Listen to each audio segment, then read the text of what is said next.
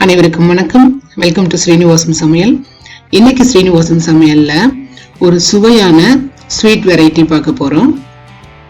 அதுதான் ரசகுல்லா. ரசகுல்லா பிடிக்காதவங்களே இருக்க முடியாது. அவ்வளவு டேஸ்டியான ஒரு ஸ்வீட்டு. இதுக்கு பால்ல செய்யக்கூடிய ஒரு இனிப்பு வகை. இப்ப இந்த பூனைங்கெல்லாம் இந்த பாலை திருடுறதுக்குள்ள நம்ம எடுத்துடலாம். வாங்க ரசகுல்லா எப்படி செய்யறதுன்னு பார்க்கலாம். அதுக்கு இன்னைக்கு நான் 1 லிட்டர் அளவுக்கு பால் எடுத்திருக்கிறேன். அது இந்த மாதிரி ஒரு ஆழமான பேன்ல ஊத்திக்கோங்க. ஊத்திட்டு பாலை நல்லா காய்ச்சிருங்க. இப்ப பால் நம்ம காய்ச்சிட்டோம். இப்ப இந்த பாலை நம்ம பனீராக்கணும், அதாவது திரைய வைக்கணும். ஸ்டவ்வை நல்லா சிம்ல வச்சுக்கோங்க. கிட்டத்தட்ட 1.5 எலுமிச்சம்பழத்தினுடைய சாறு நான் எடுத்திருக்கேன். இது கொஞ்சம் கொஞ்சமா பால்ல சேர்த்துட்டு கலந்து விடுங்க. இப்ப பால் கொதிச்சுக்கிட்டே தான் இருக்கணும். அப்பதான் நமக்கு சீக்கிரமா பால் திரையும். இப்படி நம்ம இது கூடவேவும் எல்லா எலுமிச்சை சாறையும் சேர்த்துட்டு இந்த மாதிரி கலந்து விட்டுக்கிட்டே இருங்க. இது கொஞ்ச நேரத்துல அப்படியும் நல்லா தெரிஞ்சு இந்த மாதிரி நமக்கு பன்னீர் கிடைச்சிரும். அது மாதிரி சுத்தி இருக்கிற ஏடெல்லாம் அப்படியே எடுத்து விட்டுருங்க. பாருங்க, நம்ம சூப்பரா தயார் பண்ணிட்டோம் பால்ல இருந்து பன்னீர். இப்ப இதை எல்லாத்தையும் நல்லா இந்த மாதிரி ஒரு ஒயிட் டவல்ல வடிகட்டிக்கோங்க. இது இப்ப நல்லா சூடா இருக்கும். இதை நம்ம கைகளால பிழிய முடியாது. அதனால கொஞ்ச நேரம் ஏதாவது ஒரு இதுல இப்படியே வச்சிருங்க. இப்ப பாருங்க, இது வே வாட்டர்னு சொல்லுவாங்க. இதனுடைய பயன்கள் ரொம்ப இருக்கு. அது நான் என்னன்னு சொல்றேன்.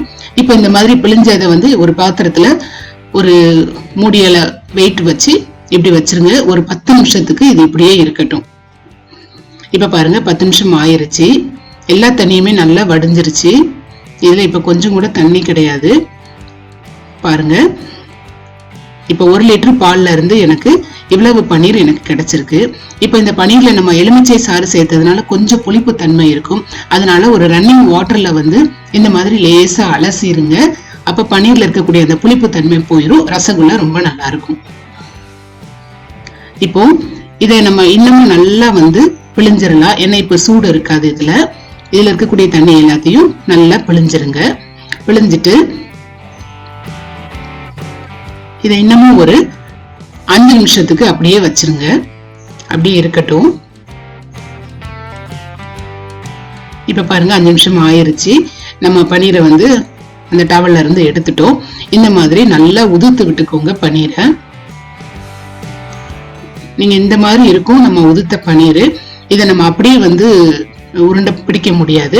இதை நல்லா 2 கைகளாலையும் நல்லா பிசைஞ்சு விட்டுருங்க. ஒரு 10 நிமிஷம் வரைக்கும் நல்லா பிசைஞ்சிருங்க. இப்ப பாருங்க, ஒரு 10 நிமிஷம் ஆயிருச்சு. அது நல்ல ஒரு பேஸ்ட் கன்சிஸ்டன்சிக்கு வந்துடணும். இந்த மாதிரி நல்லா இழுத்து இழுத்து பிசைஞ்சுக்கோங்க. அப்பதான் ரொம்ப ஸ்பாஞ்சியா இருக்கும் ரசகுல்லா. அதுல உள்ள நிறைய போர்ஸ் நமக்கு கிடைக்கும். அது ஃபுல்லா சுகர் சிரப் ஃபில் ஆகி ரொம்ப ஜூசியா இருக்கும் நம்ம சாப்பிடுறப்ப. அதனால நல்லா பிசைஞ்சிருங்க. இப்போ நம்ம பிசைஞ்ச பன்னீர் இந்த மாதிரி ஒரு பதத்துல இருக்கணும். இந்த மாதிரி பிசைறப்பதான் பன்னீர் உடையாம இருக்கும். ரசகுல்லா ஸ்மூத்தாவும் இருக்கும் சாப்பிடுறப்போ. இதை குட்டி குட்டி உருண்டைகளா இந்த மாதிரி பிடிச்சுக்கோங்க. இது நீங்க அப்படியே டபுள் ஆகும் நம்ம சிரப்ல போடுறப்ப. அதனால நிதானமான உருண்டைகளை இந்த மாதிரி உருட்டி வச்சுக்கோங்க. இப்ப எல்லா உருண்டைகளையும் நம்ம உருட்டிடலாம். இப்ப 1 லிட்டர் பாலுக்கு எனக்கு 16 ரசகுல்லாக்கள் கிடைச்சது இந்த மாதிரி சைஸ்ல. இப்ப வாங்க சுகர் சிரப் பண்ணிடலாம். ஒரு பாத்திரத்துல 1/4 கிலோ அளவுக்கு சர்க்கரை சேர்த்துக்கோங்க. அதாவது 1 லிட்டர் பாலுக்கு 1/4 கிலோ அளவுக்கு சர்க்கரை சரியா இருக்கும். அதை தண்ணி ஊத்திட்டு லேசா கலந்து விட்டுருங்க. ஸ்டவ் நல்லா சிம்ல வச்சுக்கோங்க. இதுக்கு பதம் எதுவும் தேவையில்லை. சர்க்கரை பாகு கரைஞ்சா போதும். இப்ப பாருங்க, பாகு நல்லா கரைஞ்சிருச்சு. நம்மளுடைய ரசகுல்லா உருண்டைகளை ஒண்ணா இதுல சேர்த்துருங்க. சேர்த்துட்டு இது ஒரு 10 நிமிஷம் வரைக்கும் நல்லா வேகட்டும். இப்போ இந்த வே வாட்டரினுடைய பயன்கள் என்ன அப்படின்னு நான் சொல்றேன். இப்போ இது 4 பயன்கள் இருக்கு. குக்கிங்க்கு ஃபேஷியலுக்கு பயன்படுத்தலாம், செடிகளுக்கு ஊத்தலாம், பெட்ஸுக்கு நம்ம கொடுக்கலாம். அதனால வே வாட்டரை கீழே ஊத்திடாதீங்க.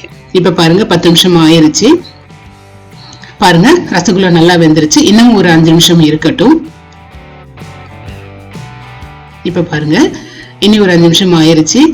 இப்ப பாருங்க, நம்ம சூப்பரா ரெடி பண்ணிட்டோம் ரசகுல்லா. நம்ம போட்ட சைஸை விட நல்லா டபுள் ஆயிருக்கு.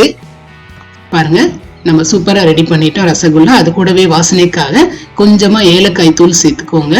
சேர்த்துட்டு லேசா கலந்து விட்டுருங்க.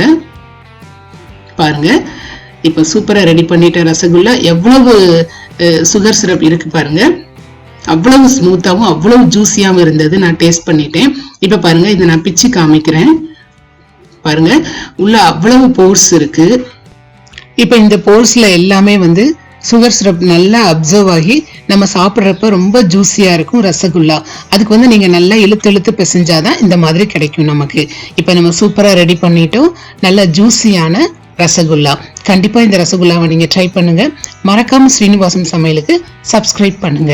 தினம்தோறும் திருமண விருந்து உங்கள் ஸ்ரீனிவாசன் சமையலில். தேங்க்யூ.